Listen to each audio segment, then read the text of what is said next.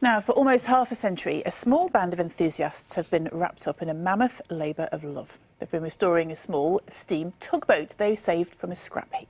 Now their efforts have received royal recognition. The team will tomorrow receive the Queen's Award for Voluntary Service during a ceremony in Liverpool Docks. Dave Guest has been to meet the team and their beloved steam tug Kerne. She's small but perfectly formed. Not perhaps the most streamlined of vessels, but steam tug Kerne holds an important place in maritime history.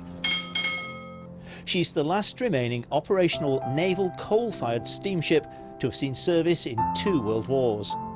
47 years ago, though, it seemed she'd be heading straight to the breaker's yard. Then a small group of enthusiasts stepped forward and somehow scraped together the cash they needed to save her. So it's 1971. You've scraped together £525 Correct, to buy a rusting hulk of a tug. Why? Why did you do it? Well, it was the very last one. It was the last coal-fired steam tug on the River Mersey. Liverpool Museum thought they might take the engine, but we said no, let's try to save the whole boat. Well, I tell you what, they didn't build this thing for tall people. A bit of a squeeze, but this is the boiler room, and Alan is chairman of the society. Tell us a bit about these boilers. They look beasts. Well, this is where the power of the vessel is generated. It burns vast amounts of coal, a tonne every 4 or 5 hours. A tonne of coal every 4 or 5 hours. How far would you get with a tonne of coal then? Oh, 40 odd nautical miles. This is a vessel of various aliases. She was built in 1913 and originally named Viking. But in April of that year, the Navy took her on and renamed her Terrier. She remained in naval service for 35 years, seeing out 2 world wars, before a new career in Civvy Street under the name of Kerne.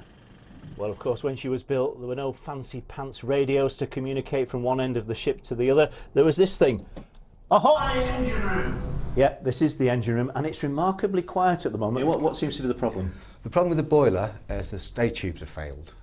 We analysed earlier in the year, and as a result of the tests we carried out, we're going to have to change all 60 tubes. Sounds a big job. How long is that going to take? It's going to take us into next year. Was there ever a point where you just thought, oh, there's just too much, I'm going to walk away from this? Well, we've had some low points, but no, we decided at the outset we're going to carry on with this, you know. Now their efforts are being recognised with a Queen's Award for Voluntary Service. As for the Kerne, well, once that little issue with the boiler's been resolved, she'll be chugging out on more adventures. Dave Guest, BBC North West Tonight, Liverpool. Dave Guest on the Kerne, and congratulations to all the team on their Queen's Award.